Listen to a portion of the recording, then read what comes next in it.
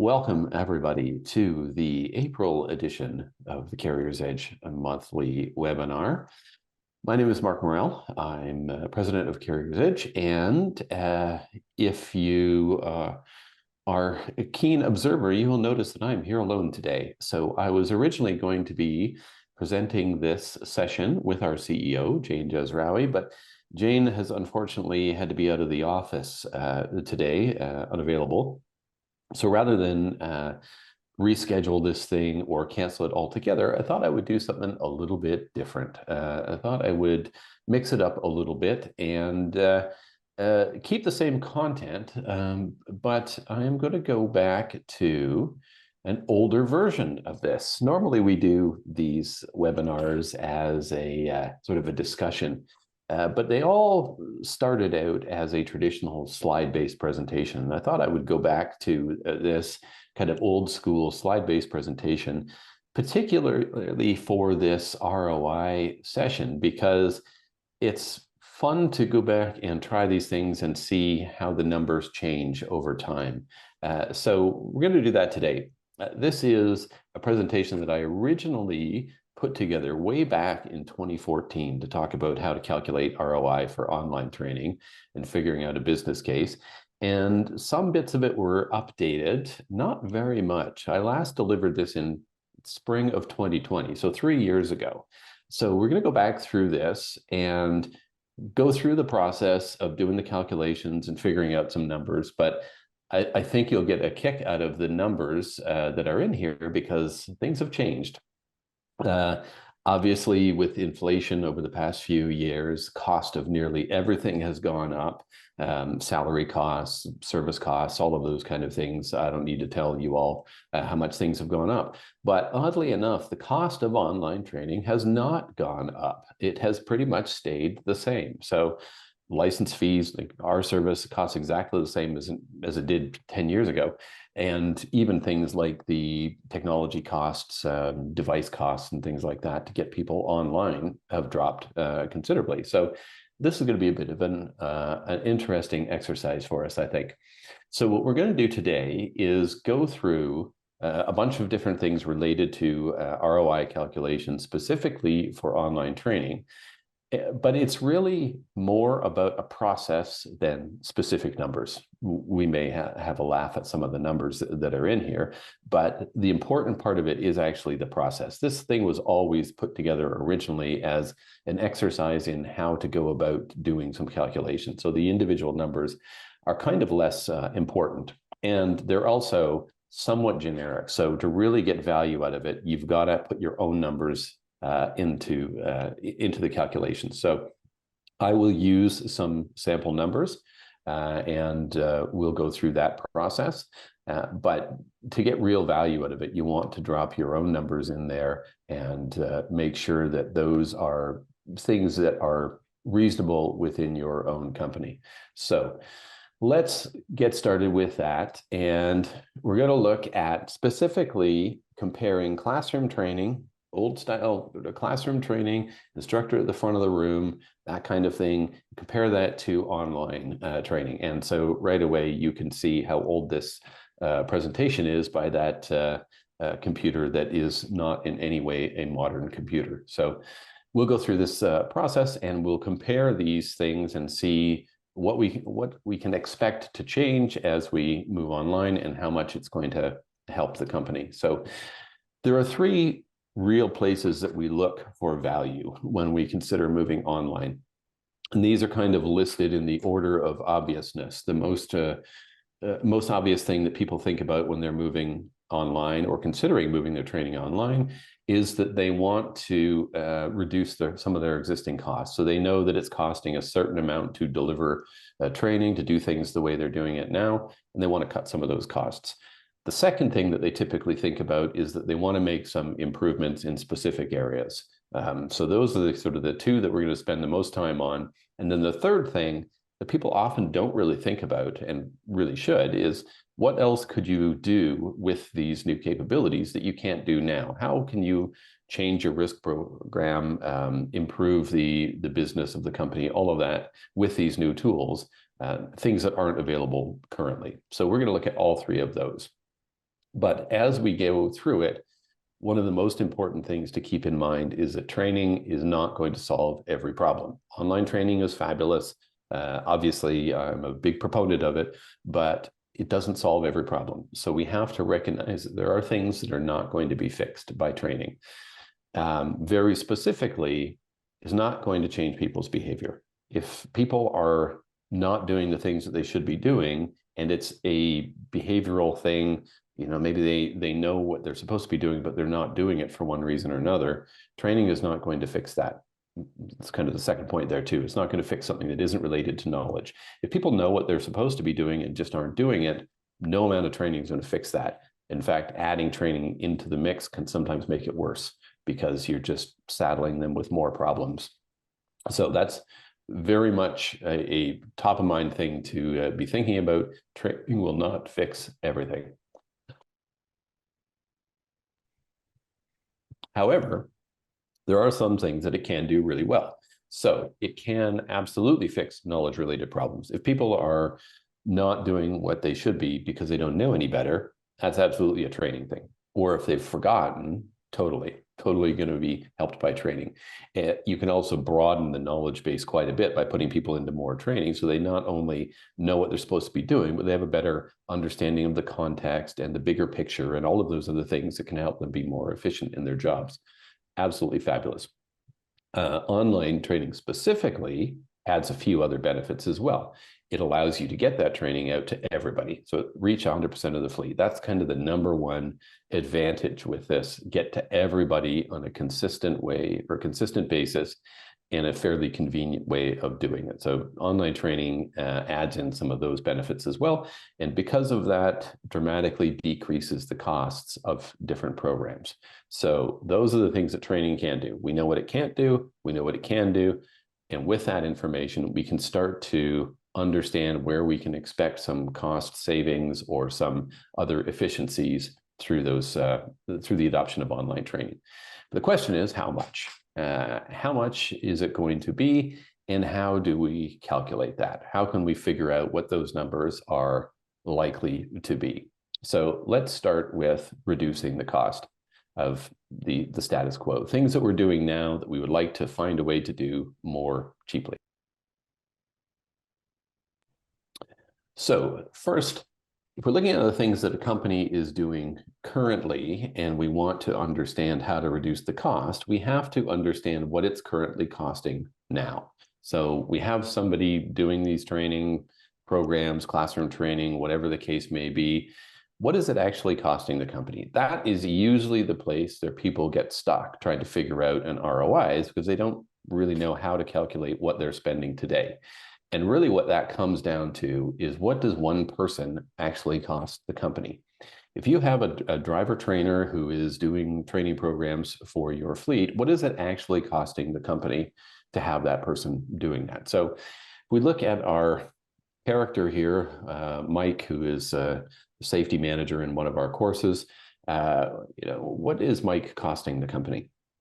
Well, if we're going to get a good picture of that, we need to have a complete understanding of all the places where Mike incurs a cost for the company.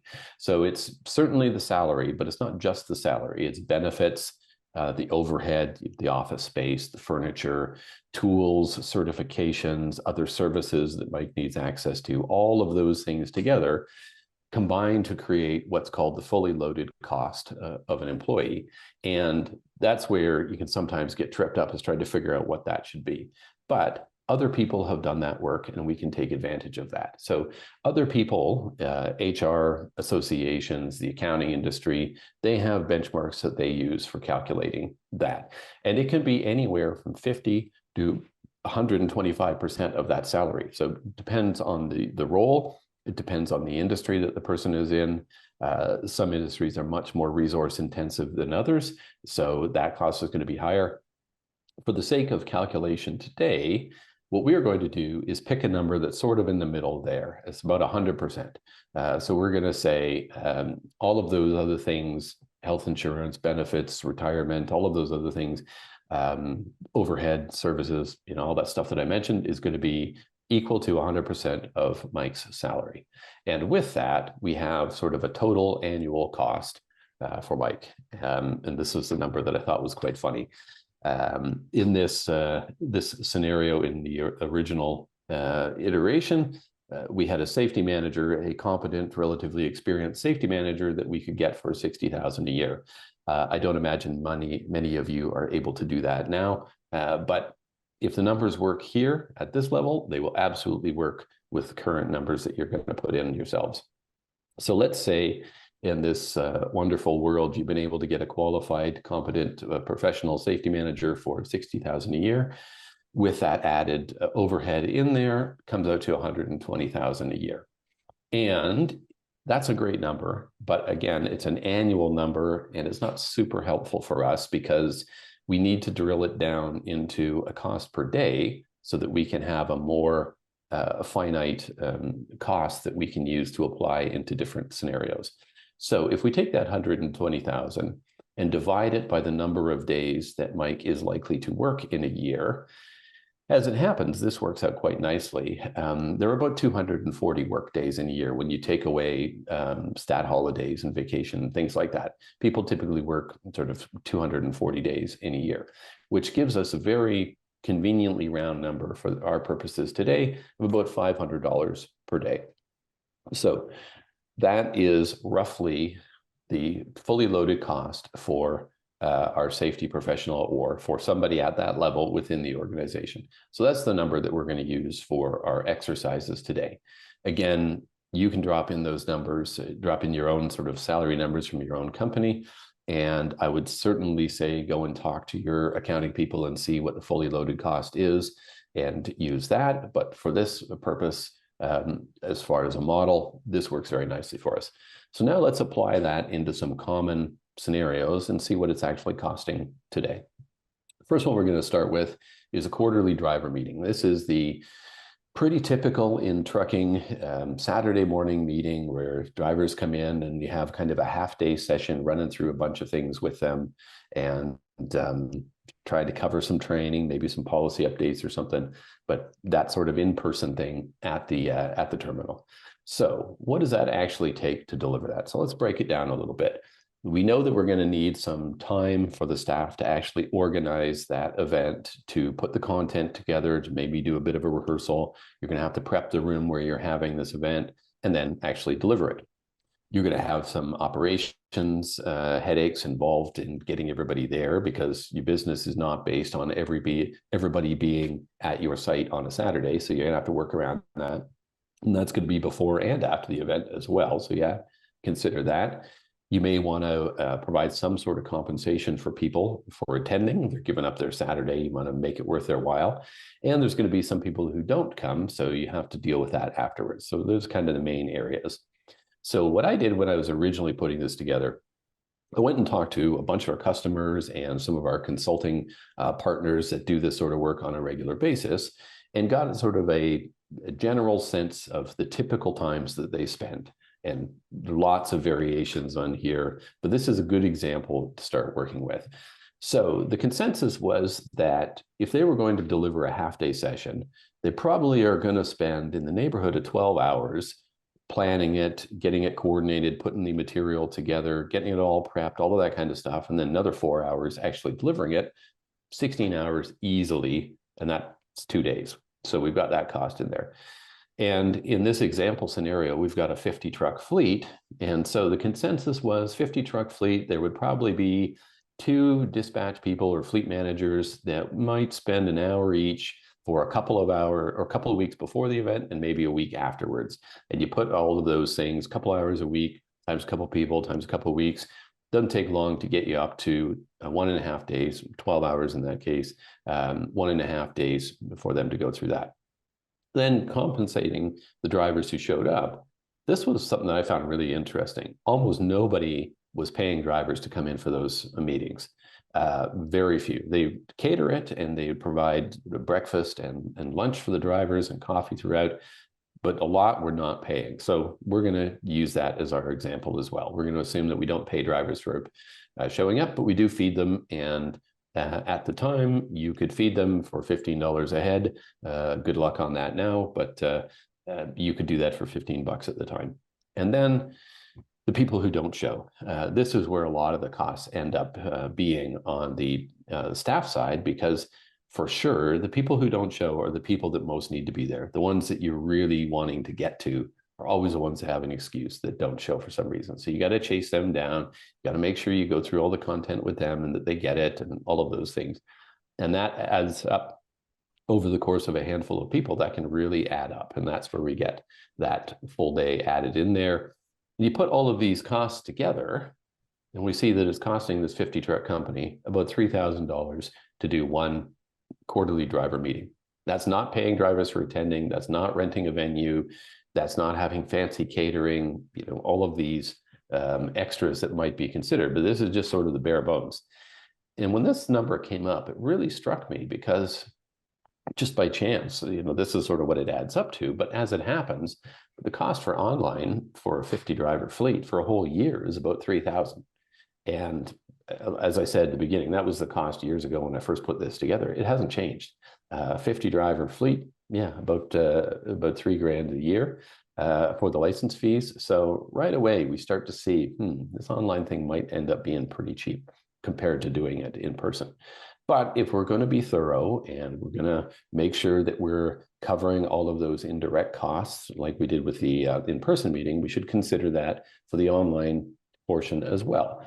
So things like the staff time to organize it, scheduling disruptions for operations, compensating people, dealing with non-attendance, like all of those same things. Let's throw those in as well and see what we get. Well, the staff time to organize online delivery of content is really next to nothing. It's a couple of clicks and it's done. So I put 15 minutes in, but it's really not much. There is some cost, but it's really not much. No scheduling disruptions for ops. I mean, that's the whole point of moving online, is to get around the scheduling disruption. So there really isn't any of that.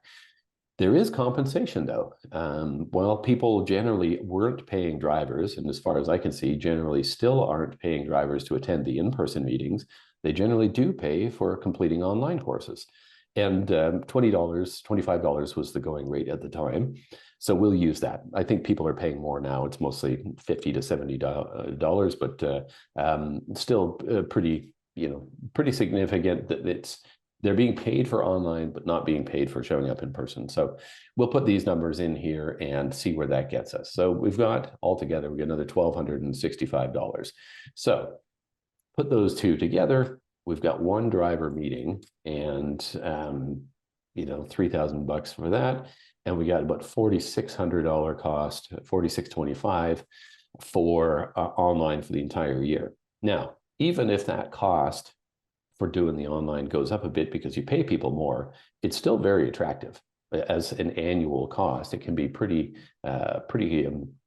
competitive compared to doing it in person, which is why we've pretty much always seen that online pay for itself by that second meeting. If you're doing quarterly driver meetings in person and you're suffering through those hassles of getting people in person in your terminal for that, and you can move 2 of those online, you're laughing.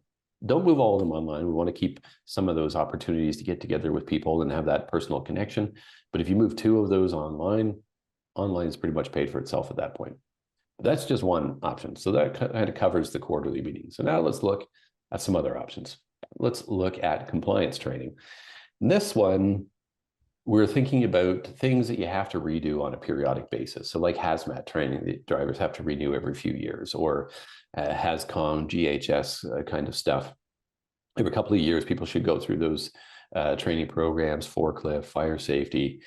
You got to keep redoing it over and over and over again. And let's look at a scenario, kind of an example scenario there, and see what that gives us. So in this case, we're going to use a 60 truck fleet.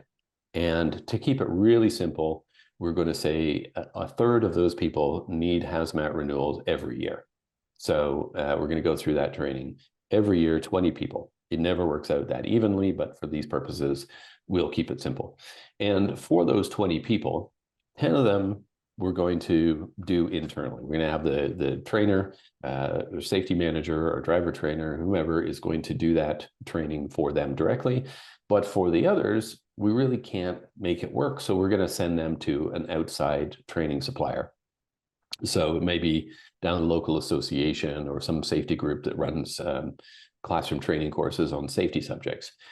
Now, when we first put this together, I looked at all of our partners that do that kind of in-person training, and a pretty good price was $125 per person for the session. It's gone up a little bit, but you can still find classroom training in that range. So we're going to have 10 people that go to some outside training session, $125 each, and they're going to get trained that way. So right away, we know we've got one cost here. We've got $1,250 just in that registration fee for those people to go to that outside training. But we've got a giant asterisk beside that, because that is just the registration fee. That doesn't include any disruptions or compensating them or anything like that. And if you're sending people to outside classroom training, you pretty much always have to deal with those other headaches, because those things aren't happening on a Saturday. They're almost always happening Tuesdays or Thursdays or midweek kind of things, which means for the driver, completely wrecks their week. You've got operational disruption getting them, scheduled in to attend. You've got staff time to organize it. You're going to have to compensate that driver for wrecking their week like that. But we're not even going to talk about any of those things. We're just going to park those in that asterisk and then kind of move on. So we've got a starting point there. Now let's look at our internal costs. So those 10 people that are getting covered internally, we've got the same areas that we were looking at before. And if we start thinking about what that's going to cost us, well, we're going to need some time to prep that material and the time to actually deliver it. So we'd say it's a day for that. Let's say we are very efficient and fortunate on our operations, and those 10 people can get scheduled in with minimal disruption, and we only burn sort of a half a day of extra time from ops. And we don't pay them again for attending. We just feed them, same catering costs as before, and we put those together. And so we've got $900. Very conservative. That'd be very cheap if you could do it like that internally, but let's see what happens. So we take those costs, we add it to the registration costs, and we ended up with $2,150 to get our 20 people trained on hazmat. Now, compare that to online, about $3,600 for the whole fleet to have access for the entire year. So, using the same baseline costs as we did in the last exercise, we say for 60 people, it's going to be about $3,600 for the year. So we put those two together, and we got $2,150 for a third of the fleet to get their hazmat renewals, with that asterisk reminding us that we've got a ton of extra costs and headaches we haven't even included yet. And then on the other side, we've got $3,600 for online. So pretty much you can always cover your cost just with that renewance. This suggests that 50 to 75% of the online cost is just recouped from the compliance training, but I don't think it takes very much. This scenario was just assuming 20 people getting hazmat, but you start throwing in fire safety or forklift or any of these other certifications where you've got, a bunch of people need to do it, the online covers itself pretty fast. So there we go. We've got a couple of scenarios and a sense of how to do that calculation to get some of those numbers together. So for the third one, onboarding, I'm going to not go through it in quite as much detail. I'll give you some of the basics, and you can kind of go through it on your own, take that same approach. How much time do we spend doing it? What are the disruptions? What are the other costs that we need to factor in? And see what that's going to look like in terms of a comparison with online. So there's a couple of things to consider when figuring that out. First, how long is that orientation right now? Is it a 2-day? Is it a 3-day? How long does each driver spend in there? And from that, what is your total cost end up being per driver, and ideally per driver per day? And start thinking about that. And that is going to be the end of the number you want to work with. But also consider how much of that drivers actually retain. This is one of the biggest challenges with the in-person onboarding, is you got a new person in the job. They got a lot of stress about starting a new job. They're wondering what they're doing. Are they going to do okay? Is this going to be a good decision coming to work at this company? And you're bombarding them with all of this information. How much of it are they actually going to remember? it's not uncommon for people to kind of lose half of that within a week or so, and you have to go back and do it anyway. So if you're thinking about the costs of delivering that and only half of it gets retained, you're effectively doubling your cost, because then you have to go back and do it again, and you have all of those other headaches. So think about that as you're figuring out your costs. And the number that I would use for sort of a cost reduction is 1 day. That is, for some reason, the amount that most people tell us they're able to remove from their orientation. If it's a 3-day, they go down to 2 days. A 4-day goes down to 3 days. Doesn't seem to be a percentage. It seems to be one fixed day for some reason. So when you're working out your costs, think about if you could cut, now that you know what your cost per day is, if you could cut 1 day out of that, what does that do for your costs, for your total cost of onboarding new hires? And some other numbers to think about. Things to consider in there, the cost for online, $60 per person per year is the number that I've used. And that's a pretty good number. You rarely will be more than that. There are lots of discount programs where it actually ends up cheaper, but that's a good baseline number. So if you go in with that as a budget number, then your final cost, your actual cost will be less, and you look even better as a result. But start with that, and if the numbers work at that level, then you're set.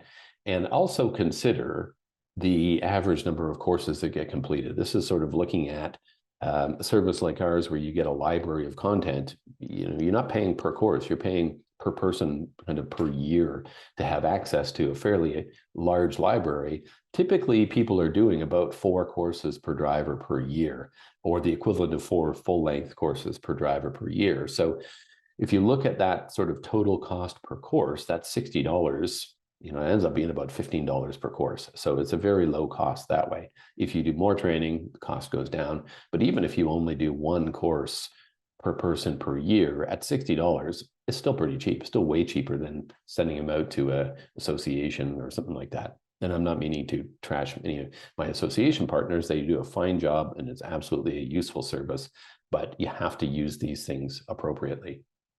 So putting it all together, online generally pays for itself, and way over the top, it pays for itself just in the cost reduction for existing programs. And as I said before, we don't want to cut these things completely. I'm not saying don't do compliance training ever in-house. I'm not saying don't do driver meetings. We absolutely want to do that. We don't want to eliminate orientation. I've seen people try and cut all of their orientation. It is a bad idea, but we want to balance these things. If we can reduce the cost, if we can move some of the portions online so that it's more effective and cheaper, it's better for everybody. We have a balance of different options there.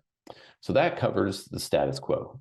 Let's move on to item number 2, the whole idea of making improvements in specific areas. So this is the point where you kind of gone as far as you can go with your current tools, your safety program, your onboarding, your driver retention, whatever these things happen to be, you've gone as far as you can go with the tools that you have now, and you're looking at going into something different so that you can keep moving forward.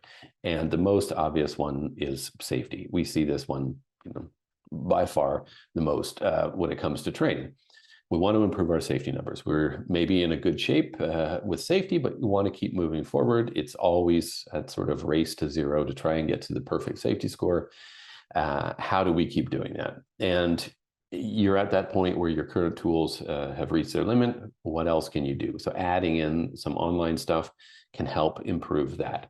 But we have to recognize that online training is always part of a balanced package, always part of a balanced diet. And I had forgotten how much I loved this particular picture of a balanced diet, because it includes chocolate and candy and other garbage that absolutely needs to be part of a good diet. So safety fits in there. Safety is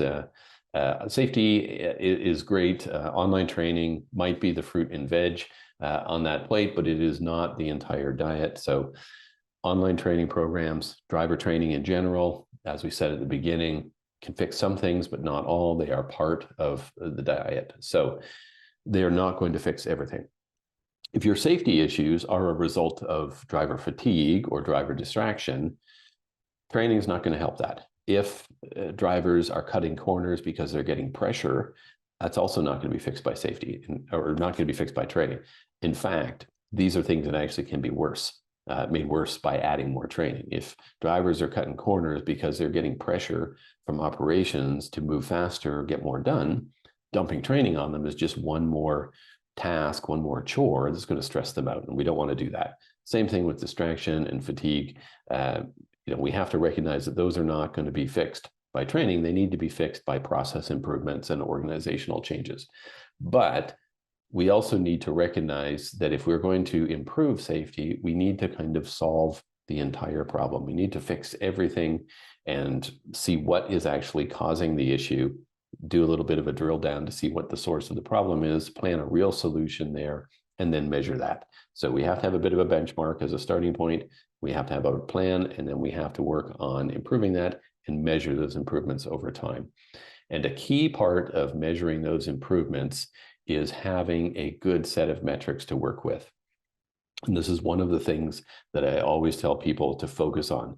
In the safety world, it's really common for people to use third-party metrics to kind of measure the success of their safety program. Things like DOT reportables, CSA scores, here in Ontario, it's CVOR scores. So these kind of outside measurements, those things are not going to be really effective when it comes to giving you a good ROI on your training, because those things are abstractions. They are ways that the outside enforcement agencies can figure out who they need to be targeting, who they need to be working with. But that's not really what we're talking about here. What we're talking about here is the cost of running a business and how we can improve those costs. So that's what we want to focus on. DOT reportables are great. CSA scores are great. You definitely want to keep moving on those. But what you also need to focus on is the actual cost. And a cost per mile of safety is a really good measurement to use, because the whole industry runs on cost per mile, revenue per mile. Drivers get paid per mile for the most part. So let's look at safety as a cost per mile. So that's something to keep in mind. And make sure that you're including all of the costs in that as well. So yeah, we have the insurance deductible and things that come with repairs and maintenance, but we also have violation costs and legal fees and damages and spill cleanup and all of that kind of stuff. We want to put all of those things in there to really capture our direct costs. And when you do that, put all of that together, sort of the total cost of the safety divided by the total miles that the fleet runs in a year, it can actually still be pretty significant. When I was looking at data from the Best Fleets to Drive For program and looking at fleets that have really good safety records, they're still sort of in that 2 cents per mile range, 2.5 cents. Those are really good safety records. And this is one area where the numbers have certainly gone up. Obviously, revenue has gone up as well, but the cost of safety has gone up substantially. Claims are going up. All of these things are way more expensive than they used to be. So that cost per mile can easily creep up very high. So let's do a little bit of an example here and see if we've got a 60 truck company that's running 100,000 miles per year per truck, pretty typical mileage run there. And they're very good, very diligent on their safety, even at 1.6 cents per mile, which is very low number, as I'm sure you're all well aware. But even that, they're still burning nearly 100,000 a year on direct safety related costs. And at the same time, those are just the direct costs. We have all the same indirect costs that we had for those other scenarios. We've got staff time to deal with issues, got operational disruption, and the intangible opportunity costs that it looks particularly bad to see your truck sprawled across the highway on the evening news. So all of these things need to be considered as well. And if we just look at staff time and operational disruption, which are the tangible things that we can actually measure, when I talked to these safer companies and talked to our risk consultant partners, and they started kind of going through it in their head, how long do you spend working on this? How long do you spend on this other thing? It doesn't take very long for a company, even a 60 truck company with a really good safety record, to be averaging a couple of days a month. No, it's not 2 days every month. Like the first 2 days of the month are safety issues. Some months you don't do much else, or some weeks you don't do much else, and some weeks there's not much of anything. But over time, that seemed to be the consensus, that it could easily burn through 2 days a month dealing with those kind of things on the safety side and on the ops side. I think that is a very conservative number, but we want to stick with conservative numbers here to make sure it all adds up. So we got 12,000 a year. So plus the 96 or whatever that we had on the other pieces that we were just looking at. So there's some real costs there. Even a very safe company got some real costs there. So how much can we reasonably improve them? This is the challenge, right? It might be that there's some costs here, but we can't reasonably improve them very much. Well, here's what we found. Absolutely, we have seen companies that implement online training and use it effectively and get 50 to 75% improvement in their total cost of safety. And I'm talking about roadside violations, I'm talking about DOT reportables, CVORs, like all of these kind of outside measurements. They've seen massive reductions in those numbers, and their total cost numbers have dropped as well. However, I do not put those out there as a benchmark, because those are kind of special cases. Those are the people that are in such bad shape that really only had one way to go. It was either you better fix your operations or we're shutting you down next week, that kind of level. So that's not really good. It's nice to know that you can make those improvements, but that's not a typical experience. Those kind of people aren't putting an hour into a webinar like this. So that's not you all. Much more common is going to be something like a 10 to 20% improvement. So that is general usage, good diligent fleets that are already doing the things that they want to do, going to look to see sort of 10 to 20%. The 20% generally is more where we've got people that have particular equipment issues, or they get inspection problems, or in the days of paper logs, they had a lot of log violations. There were real education issues. Now, we don't have so much of those log violations, but we still can see easily 10% across the board for general improvements. So let's look at that and see. 10% doesn't sound like that much, like 10%, who cares? But what does that look like? Well, if we could save, in our example fleet, if we could drop it by 10%, we'd actually have 9,600 in direct costs, 10% of our indirect costs. Put it together, we're saving 10 grand a year. Yeah, okay.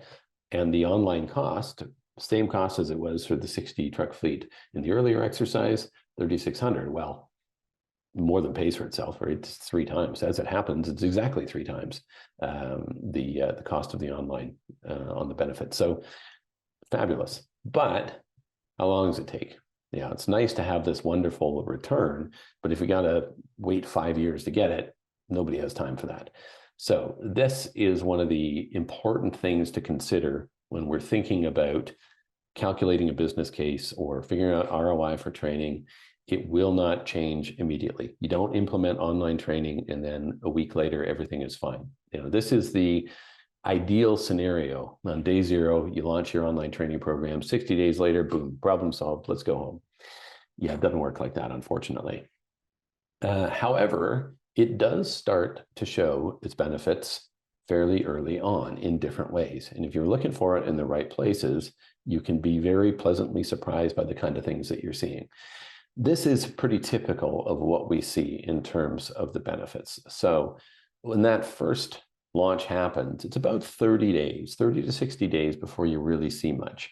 And the feedback that we get from customers is that the first bits of results they start to see are actually coming from the drivers, and they start to see the drivers asking different questions. They're still asking questions about the material, but they're much more informed, much more specific and precise questions. It's not the kind of vague general level questions that they were asking before. It's much more specific, which gives the safety people a good sense that these drivers are starting to get it. They're starting to think about these things, and they're starting to process it internally and ask questions to clarify specific bits of the information.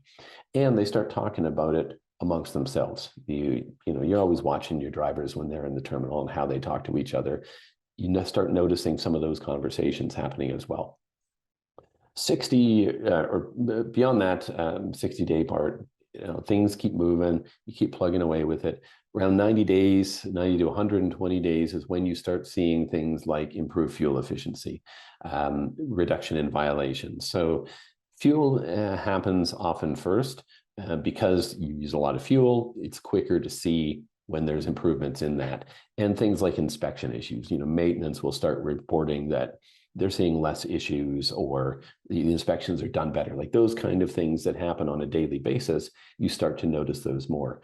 The driving related things like crashes and that sort of stuff, rear ending and those kind of things, backing into things, that takes longer, because the reality is you don't have a ton of those. Most fleets don't have a ton of them. So if you're going to reduce those things by 10 or 20%, you have to go through enough time where you would have had enough of those incidents to notice a difference. And that takes time.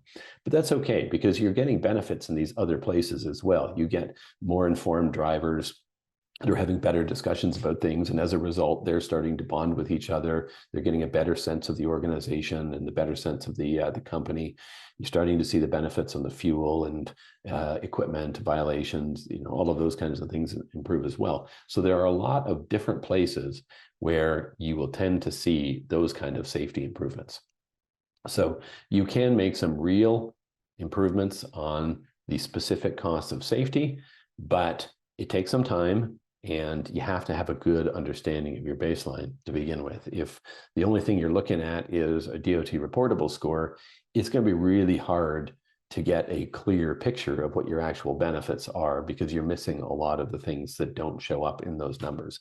So that's why we go to the cost per mile and the total cost per mile, because that gives us a better picture of it. All right, moving on to the third section. The thing that almost nobody really thinks about when they're moving online, brand new capability.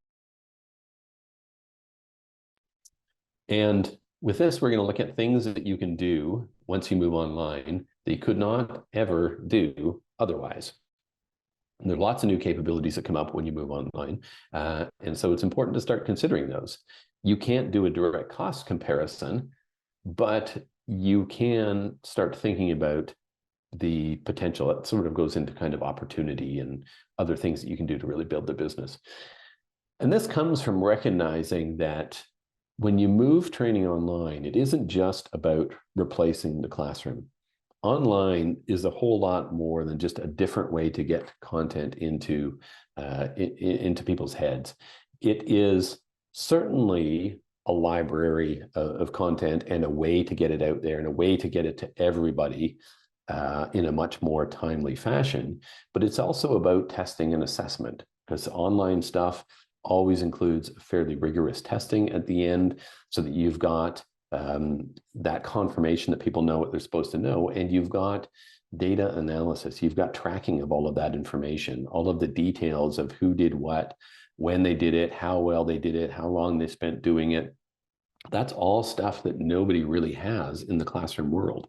And even in the practical world, when you're doing road tests and practicing yard skills, you might have a bit of a checklist, but you're not really getting a lot of data. And that data isn't put online into any kind of fashion that you can do much with it. So when you're doing this stuff online and you have all of these data points that are aggregated in an online system, it opens up a ton of different possibilities of things that you can be doing that you weren't doing before. And so it's valuable to start thinking some what if questions.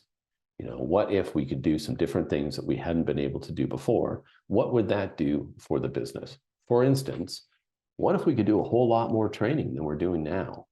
This is a big thing when you move online. If you don't have that disruption that's inherent in a classroom training, you can do an awful lot more of it. And if you can do a lot more of it, what's that going to do for the business? I come back to this. I always love this quote from Eason's Transport. In their first year after moving online, they were really surprised. At the time, they only had 120 or 130 trucks. And they were really surprised to see that in the first year, they actually did over 1,000 courses. So like 8 courses per person in the year. And they didn't even really notice it because it wasn't getting in the way of other things. So it was a huge benefit for them. And if you can start cranking up the amount of training that you can do for drivers, that opens up a lot of possibilities. That allows you to cover ground that you could not otherwise cover. It isn't just the basics of the regulatory change or a new customer policy or something like that. It's all kinds of other subjects that you haven't really been able to get to before. So there's a lot of opportunities opened up there. And at the same time, that idea about actually reaching everybody, no more chasing people, what if you can actually get to every driver every single time with that training, rather than the Saturday sessions that you have to run on 4 consecutive Saturdays to get everybody through it? What if you could actually get every driver through it within a pretty short time frame and know that you actually reached them? You didn't have to deal with no-shows. You didn't have to chase them around. You didn't have to worry about it. Non-issues anymore, or greatly reduced. There are still people that will procrastinate on doing their online stuff, but it's not to any kind of level that you would see with classroom stuff. What does that do for you? How much of your time is reclaimed if you're not chasing people around to try and get them, into a makeup session, then spending that time going through that content with them individually because they skipped the Saturday session? What about the ability to actually be sure they knew what they were supposed to know? This is another big one. You have people that are sitting in class. We know the drivers are great, sitting in class, sitting back with their arms folded. They know how to nod at the appropriate time, but they really know that material. What if you didn't have to worry about that? What if you didn't have those surprises? You didn't discover the hard way that they really didn't understand the reg, and you didn't have that guesswork. Like, that's one of the main benefits of online, is that sort of confirmation that, yeah, they have demonstrated that they actually know this stuff.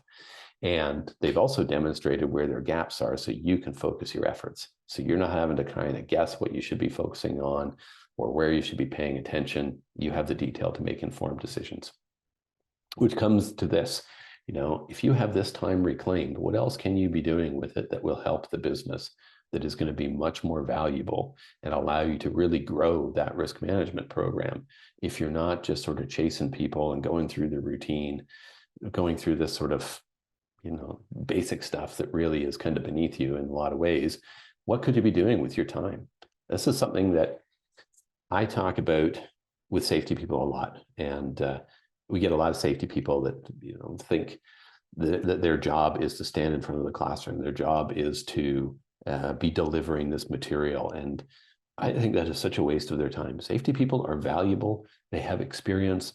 They have skills that need to be used and need to be leveraged to the maximum ability by the company. So get them out of the classroom, get this routine stuff off their plate, let them do things that can really improve the business. And when you do that, think about what other people are going to think about as well. When you've got insurance and enforcement people coming in for an audit, what is going to happen when you've got all of this online data that you can track, that you can show your history, that you're not having to spend weeks prepping and trying to dig out files, those kind of hassles of prepping for an audit? I tell you, our insurance partners are very much happier when they go into a fleet and find out that that fleet is using online training and has all the training tracked, has evidence, has reports, has all of those details. It makes that audit go so much better. And we've heard this for years from insurance partners, from the enforcement people. Life is much better when they have all of that data tracked online. And as a result, how much better is your quality of life going to be as a safety or risk management professional? And there are people that would say, yeah, what do I care about that? I want my safety manager to be effective. I don't want them to be happy. But my argument to that is that if you're not happy, you're not going to be doing the job well. You're not going to be putting the most into the job that you could. And we see this every year in the Best Fleets to Drive For program. We interview all kinds of people, and I can tell you that when we're contacting a company and the safety manager is frazzled and stressed, it comes through in everything else that's happening in that company. It comes through in the driver satisfaction, it comes through in their turnover numbers, and it for sure comes through in the safety numbers. If your quality of life improves as a safety professional, your driver experience will improve, your driver satisfaction gets better, the quality of the company improves. So as touchy-feely as it sounds, there is a real hard benefit to that, and I've got the numbers so I can back it up. And last but not least, think about what the competition is doing. I mean, nobody exists in isolation. And if one of your competitors has moved their training online and as a result has reduced their costs, which has allowed them to expand their risk management program, that reduces their total cost of operating. That's going to make them much more competitive. So this is a kind of business where if you're not moving forward, you're falling behind.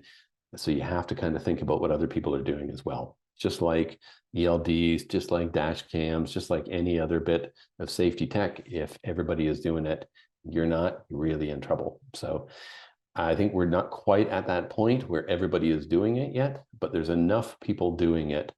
There's enough people doing it that it's established standard operating practice within a lot of fleets and within the industry, but there's still few enough doing it that you can get a real advantage on the competition by being the first one out of the gate with it. So there's some real benefits there as well.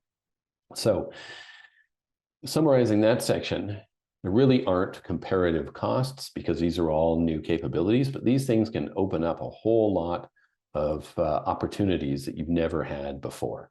So that's something to include. That's not going to be the heart of your business case and your ROI planning, but it is something to put in at the end that is really a sweetener. So you put all of these pieces together. We know that we can reduce the status quo, the costs of the status quo. We can get some specific quantifiable improvements to things like safety scores and total cost of safety per mile. And we open up a whole bunch of other opportunities to grow the business and put all of those things together. And you can, if you break even with the first couple, you're really going to take off with the last one. So that is where you really see the sort of magnifying effect, the exponential growth of the safety program is putting all of that together. So now, after talking nonstop for 52 minutes, I'll open it up for questions if anybody has any. Okay, so in that case, I am going to wrap it up. You will all get the recording, of course, and hope to see you. You'll get the recording probably tomorrow. We should have all of that ready, and we hope to see all of you on the May. I think the May edition of this is going to be PowerPoint, one of our favorite subjects, how to make PowerPoint that doesn't suck, or whatever the polite version of that is, but it's going to be our drilling down into best practices for PowerPoint. So at this point, I will say thanks everybody for attending and have a great day.